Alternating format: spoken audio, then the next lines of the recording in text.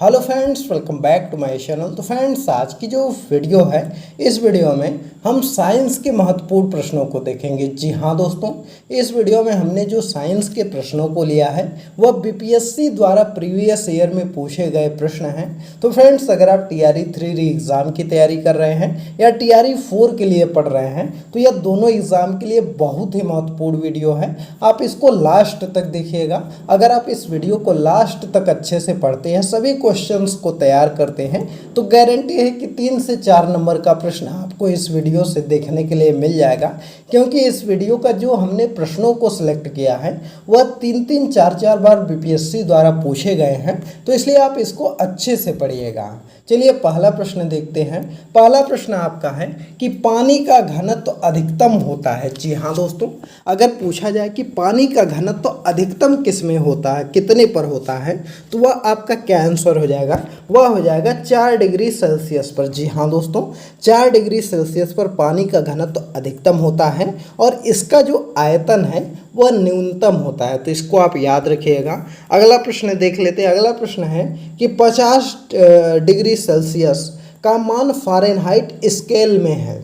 तो देखिए, अगर हम बात करें 50 डिग्री सेल्सियस का मान फ़ारेनहाइट स्केल में अगर हम बात करें तो वह आपका कितना हो जाएगा? तो वह आपका हो जाएगा 122 डिग्री फ़ारेनहाइट। जी हाँ दोस्तों, कैसे इसको निकालेंगे? तो इसका आप सूत्र जानते हैं कि यह बराबर आपका क्या होता है? यह बराबर होता है 9/5 डिग्री सेल्सियस, यहाँ पर होता है +32 होता है। तो इसी पर आपको निकालना है। तो अगर आप इसको निकालेंगे तो यह बराबर आपका क्या हो जाएगा? 9/5 हो जाएगा। और सेल्सियस कितना दिया गया है? आपका 50 दिया गया है, 50 हो जाएगा। और फिर उसके बाद 32 यहाँ पर जोड़ देना है। इसको जब आप सॉल्व करेंगे तो यह 5 दाम 50 हो जाएगा, 10 आ जाएगा, यह 90 आ गया। और 32 जोड़ेंगे तो 122 आ जाएगा। तो इसको इस तरह से हल कर लेना है। चलिए अगला प्रश्न देखते हैं। अगला प्रश्न आपका दिया गया है कि बर्फ़ का एक टुकड़ा पानी से लबालब भरे बीकर में तैर रहा है, जब पूरी बर्फ पिघल जाए तब क्या होगा? तो देखिए दोस्तों, यह जो प्रश्न है यह आपका बीपीएससी टीआरई 3 में यह प्रश्न पूछा गया था कि अगर कोई बर्फ़ का टुकड़ा है और किसी जैसे मग है, मग में मान लीजिए कि पानी भरा है थोड़ा सा, उसमें बर्फ़ का टुकड़ा भी डाला गया है और वह पानी में तैर रहा है। तो अगर यह पूछा जा रहा है कि अगर वह बर्फ़ धीरे धीरे पिघलेगा तो जल का जो स्तर है वह क्या होगा? कि पानी फर्श पर फैल जाएगा, या बीकर में पानी का स्तर नीचे आ जाएगा, या पानी का स्तर पहले गिरेगा और यह बीकर से बाहर निकलेगा, या जल स्तर नहीं बदलेगा? तो इसका देखिए जो सही आंसर है वह है जल स्तर नहीं बदलेगा। जी हाँ दोस्तों, जब भी बर्फ़ का टुकड़ा पिघलेगा तो जल स्तर नहीं बदलेगा, क्योंकि आप जानते हैं कि जो बर्फ़ का टुकड़ा उसमें तैरता रहता है तो उसके द्वारा उतना पानी हटाया गया रहता है जितना उसका भार होता है। तो इसको आप याद रखिएगा। दोस्तों, यह वीडियो आपको कैसी लग रही कमेंट करके बताइएगा। और दोस्तों, वीडियो पसंद आ रही तो वीडियो को लाइक करिए, ज़्यादा से ज़्यादा शेयर करिए, और चैनल पर नए हैं तो चैनल को ज़रूर सब्सक्राइब कर लीजिएगा। अगला प्रश्न आपका है कि वर्षा की बूंदें गोलाकार आकृति का कारण है। तो देखिए, वर्षा की बूंद को गोलाकार आकृति किसके कारण होती है? तो वह आपका क्या होता है? वह होता है पृष्ठ तनाव। जी हाँ दोस्तों, पृष्ठ तनाव के कारण ही जो है कि वर्षा की बूंद गोलाकार की होती है। तो इसको आप याद रखिएगा। चलिए अगले प्रश्न को देखते हैं। अगला प्रश्न आपका दिया गया है कि सबसे ज़्यादा साम्यता होती है। तो सबसे ज़्यादा साम्यता किसकी होती है? तो देखिए, अगर हम इसमें बात करें जल, वायु, खून और शहद में, तो सबसे ज़्यादा जो साम्यता है वह शहद का है। जी हाँ दोस्तों, शहद की साम्यता सबसे ज़्यादा है। उसके बाद आपके खून की साम्यता होगी, उसके बाद आपके जल की साम्यता होगी, और सबसे कम आपका वायु की साम्यता है।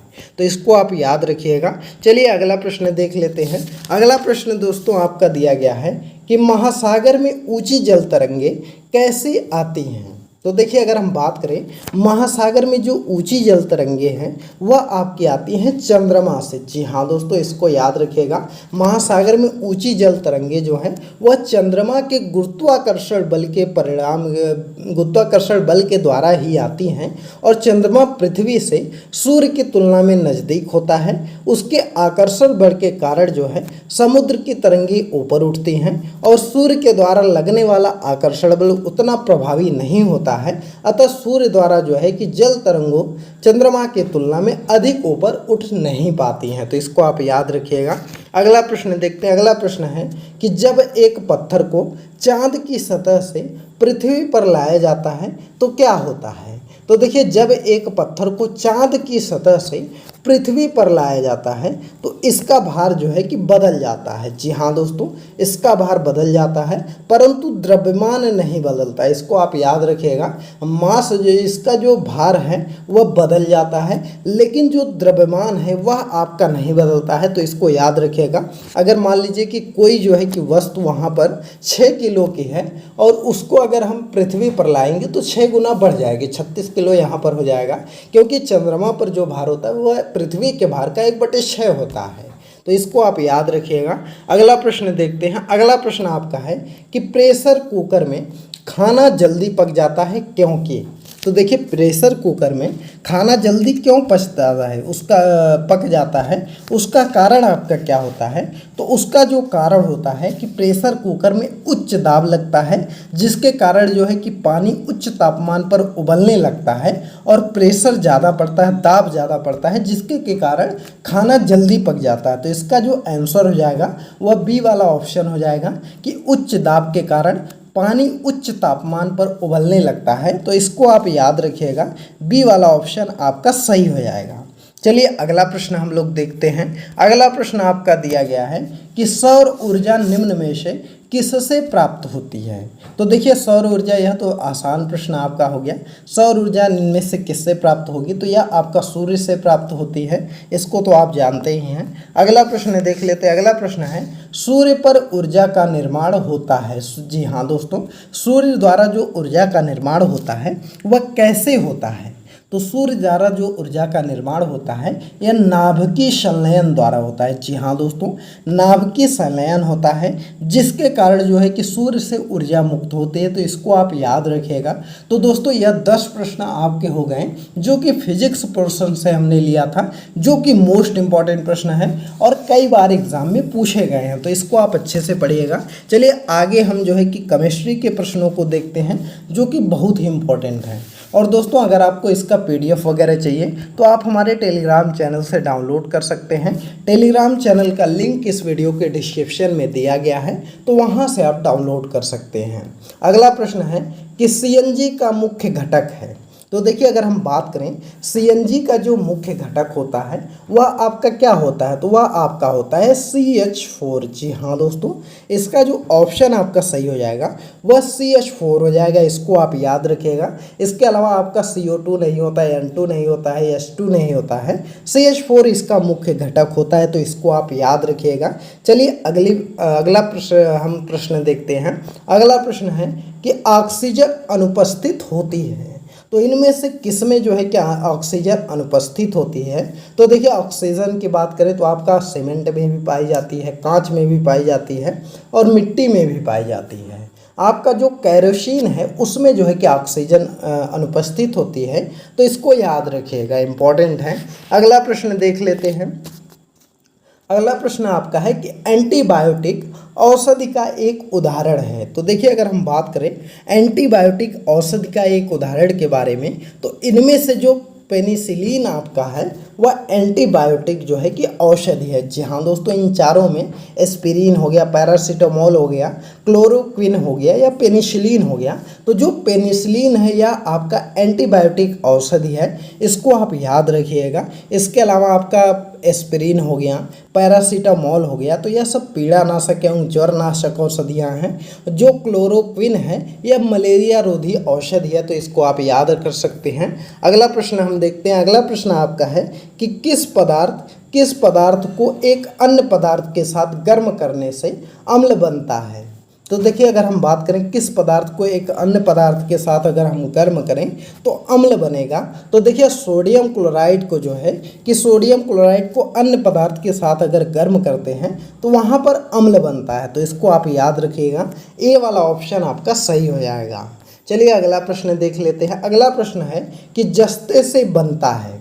तो जस्ते से देखिए अगर हम बात करें तो जस्ते से आपका क्या बनता है, तो वह विद्युत बैटरी बनती है। जी हाँ दोस्तों, जस्ते के द्वारा आपकी विद्युत बैटरी बनाई जाती है। तो इसको आप याद रखिएगा। यह जो जस्ता होता है यह जो है कि धातु का निष्कर्षण मुख्यतः जो है कि सल्फाइड अयस्क और जिंक ब्लेड से किया जाता है और यह ऊष्मा तथा विद्युत का सुचालक होता है और इसका उपयोग जो है कि बैटरी तथा मिश्र धातुओं के निर्माण में करते हैं। तो इस चीज़ को याद रखेंगे। दोस्तों वीडियो कैसी लग रही कमेंट करके बताइएगा। वीडियो पसंद आ रही तो वीडियो को लाइक करिए, ज़्यादा से ज़्यादा शेयर करिएगा। अगला प्रश्न आपका दिया गया है कि यूरेनियम से क्या बनता है। तो देखिए अगर हम बात करें यूरेनियम की तो यूरेनियम से आपका बिजली बनता है। जी हाँ दोस्तों, यूरेनियम से आपका बिजली बनता है।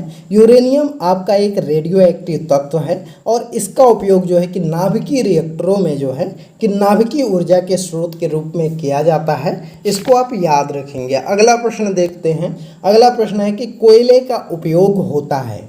तो देखिए अगर हम बात करें कोयले का उपयोग किस लिए किया जाता है, तो कोयले का उपयोग जलाने में करते हैं। या तो काफ़ी आसान क्वेश्चन है कि खाने में, दीवार बनाने में, नाव बनाने में, तो यह सब नहीं, जलाने में प्रयोग किया जाता है। तो इसको याद रखिएगा। अगला प्रश्न है कि हीरा अपर रूप है। तो देखिए अगर हम बात करें हीरा की तो यह किसका अपर रूप होता है, तो यह आपका जो है यह कार्बन का अपर रूप है। जी हाँ दोस्तों, हीरा आपका कार्बन का अपर रूप है। तो इसको आप याद रखिएगा, मोस्ट इंपॉर्टेंट है।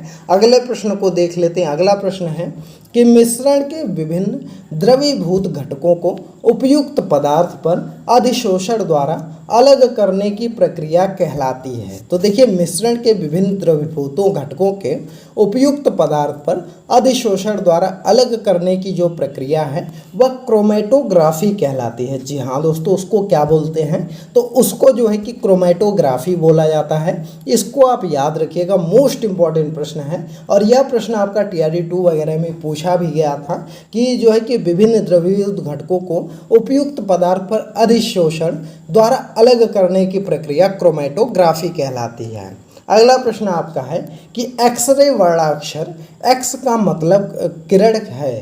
तो एक्सरे वर्णाक्षर, एक्स का मतलब किरण क्या है, तो एक्स का मतलब जो किरण आपका होता है वह आपका क्या होता है, तो वह होता है अज्ञात। जी हाँ दोस्तों, अज्ञात होता है। तो इसको आप याद रखिएगा। चलिए अगला प्रश्न देख लेते हैं। तो देखिए दोस्तों यहाँ से जो है कि आपके बायोलॉजी के प्रश्न स्टार्ट हो गए। तो चलिए हम बायोलॉजी के प्रश्नों को देखते हैं। अगर हम बायोलॉजी के प्रश्नों को बात करें तो पहला प्रश्न आपका है कि निमोनिया एक संक्रमण है। जी हाँ दोस्तों, निमोनिया एक संक्रमण है। तो किसके संक्रमण से जो है कि निमोनिया होता है, तो देखिए निमोनिया में सबसे ज़्यादा इफेक्टेड जो चीज़ होता है वह फेफड़ा होता है। इसको याद रखिएगा, निमोनिया में संक्रमण जो है कि फेफड़े का संक्रमण होता है। तो इसको याद रखेंगे, मोस्ट इंपॉर्टेंट प्रश्न है। और यह दोस्तों प्रश्न कई बार BPSC द्वारा पूछा गया है और अभी हाल ही में 2022-23 में इसको पूछा गया है। तो इसको अच्छे से याद करिएगा। अगला प्रश्न आपका दिया गया है कि स्त्रियों की तुलना में पुरुष अधिक वर्णांधता से पीड़ित हो सकते हैं, क्योंकि। तो देखिए स्त्रियों की अपेक्षा की तुलना में जो है कि पुरुष अधिक वर्णांधता से पीड़ित हो जाते हैं। ऐसा क्यों होता है, क्योंकि इनमें केवल एक X क्रोमोसोम होता है। इस कारण जो है कि स्त्रियों की तुलना में पुरुष जो है कि ज़्यादा जो है कि पीड़ित हो सकते हैं। जैसा कि आप जानते हैं कि जो आपका स्त्री गुणसूत्र होता है वह XX होता है और मानव का होता है XY होता है। तो इसमें देखिए केवल X होता है, इसलिए ज़्यादा जो है कि अधिक वर्णांतता पुरुष हो सकते हैं और महिलाओं में कम चांस होता है। तो इसको आप याद रखिएगा। चलिए अगले प्रश्न को देखा जाए।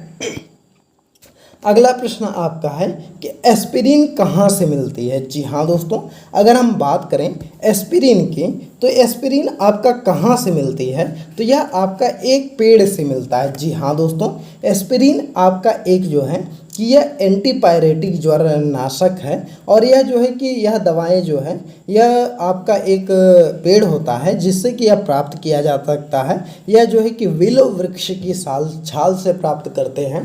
तो इसको याद रखेंगे, मोस्ट इम्पॉर्टेंट है दोस्तों। अगर आपको इसका PDF वगैरह चाहिए तो आप हमारे टेलीग्राम चैनल से डाउनलोड कर सकते हैं। टेलीग्राम चैनल का लिंक इस वीडियो के डिस्क्रिप्शन में दिया गया है, तो वहाँ से क्लिक करके आप टेलीग्राम पर चले जाइए और टेलीग्राम पर जो है कि इसका PDF डाउनलोड कर लीजिए और वहाँ पर भी हमको फॉलो कर लीजिएगा, क्योंकि टेलीग्राम पर आपको PDF दिया जाता है, साथ ही में कोई नई जानकारी रहती तो वह भी दिया जाता है, और जब वीडियो अपलोड करते हैं तो उसका लिंक वगैरह भी दिया जाता है, तो इसलिए आप वहाँ पर फॉलो जरूर कर लीजिए। अगला प्रश्न आपका है कि निम्न जोड़ों में से कौन सा जोड़ा सही सुमेलित है। तो देखिए, अगर हम इसमें बात करें कि कौन सा जोड़ा आपका सही सुमेलित है, तो देखिए स्कर्वी जो है कि थायमीन से सुमेलित किया गया है, तो यह आपका गलत है। अगला है ट्यूबरकुलोसिस ATS से किया गया, तो यह भी आपका गलत है। अगला है टिटनेस जो कि BCG से किया गया है, तो यह भी आपका गलत है। अगला है आपका मलेरिया क्लोरोक्विन। जी हाँ दोस्तों, बिल्कुल सही है कि मलेरिया के उपचार के लिए क्लोरोक्विन दवा का उपयोग किया जाता है, तो यह बिल्कुल सही है, इसको आप याद रखिएगा। चलिए अगले प्रश्न को देख लेते हैं। अगला प्रश्न आपका दिया गया है कि गेहूं की खेती के लिए कौन सा उर्वरक का उपयोग करेंगे। जी हाँ दोस्तों, अगर गेहूं की खेती करनी है तो उसमें किस उर्वरक का उपयोग करेंगे, तो नाइट्रोजन का करेंगे। तो ए वाला ऑप्शन आपका सही हो जाएगा, नाइट्रोजन का उपयोग किया जाता है, तो इसको याद रखिएगा। चलिए अगला प्रश्न देखते हैं। अगला प्रश्न आपका है क्लोरोफिल में कौन सा धातु आयन पाया जाता है। तो देखिए, अगर हम बात करें क्लोरोफिल में कौन सा धातु आयन पाया जाता है, तो वह आपका मैग्नीशियम पाया जाता है। जी हाँ दोस्तों, क्लोरोफिल में आपका मैग्नीशियम पाया जाता है, तो इसको आप याद रखिएगा। चलिए अगला प्रश्न देख लेते हैं। अगला प्रश्न है कि पौधे एवं पेड़ों का खाना तैयार करने की प्रक्रिया कहलाती है। तो देखिए, पौधों और पेड़ों का जो खाना तैयार करने की प्रक्रिया है वह फोटोसिंथेसिस कहलाती है। जी हाँ दोस्तों, क्या कहलाती है, फोटोसिंथेसिस कहते हैं, तो इसको आप याद रखिएगा, मोस्ट इम्पॉर्टेंट है दोस्तों। आपका जो प्रकाश संश्लेषण है, इससे एक प्रश्न जरूर एग्जाम में आएगा, तो इसको आप याद रखिएगा। अगला प्रश्न है कि कीटभक्षी पौधे मिट्टी में किसकी कमी से उगते हैं। तो देखिए, कीटभक्षी पौधे जो हैं वह मिट्टी में आपका नाइट्रोजन की कमी से उगते हैं। जी हाँ दोस्तों, अगर मिट्टी में नाइट्रोजन की कमी है तो कीटभक्षी पौधे वहाँ पर उग जाएंगे, तो इसको आप याद रखिएगा। अगला प्रश्न देख लेते हैं। अगला प्रश्न आपका है कि लिग्यूमिनस पौधों में नाइट्रोजन स्थिरीकरण करने के लिए कौन सा वर्णक आवश्यक है। तो देखिए, अगर हम बात करें लेग्यूमिनस पौधों में नाइट्रोजन स्थिरीकरण करने के लिए अगर हम वर्णक की बात करें, तो यह आपका जो सही आंसर आपका हो जाएगा वह आपका क्या हो जाएगा, वह हो जाएगा लेगहीमोग्लोबिन। जी हाँ दोस्तों, लेगहीमोग्लोबिन हो जाएगा, यह बी वाला ऑप्शन आपका सही हो जाएगा, इसको याद रखिएगा। चलिए दोस्तों अगले प्रश्न को देख लेते हैं। अगला प्रश्न आपका दिया गया है कि जीवन चक्र की दृष्टि से पौधे का सबसे महत्वपूर्ण अंग है। तो देखिए, अगर हम बात करें जीवन चक्र की दृष्टि से पौधे का जो सबसे महत्वपूर्ण अंग है वह आपका क्या है, तो वह आपका पुष्प होता है। जी हाँ दोस्तों, पुष्प जो है वह पौधे का महत्वपूर्ण अंग है। पुष्प से ही परागण द्वारा भ्रूण का विकास होता है, जिससे बीज बनता है, और बीज के अनुकरण से जो है वह पौधा बनता है, तो इसलिए ये वाला ऑप्शन आप याद रखिएगा। बहुत से लोग इस प्रश्न में कंफ्यूज होंगे और वह पत्ती वगैरह मार देंगे, क्योंकि वह जानते हैं पत्ती द्वारा जो है प्रकाश संश्लेषण होगा, खाना बनेगा। लेकिन दोस्तों, अगर जो है कि पौधा ही उग नहीं पाएगा तो कहाँ से प्रकाश संश्लेषण करेगा, तो इसलिए जो है कि पुष्प सबसे इम्पोर्टेंट चीज़ है पौधे का, तो इसको याद रखेंगे।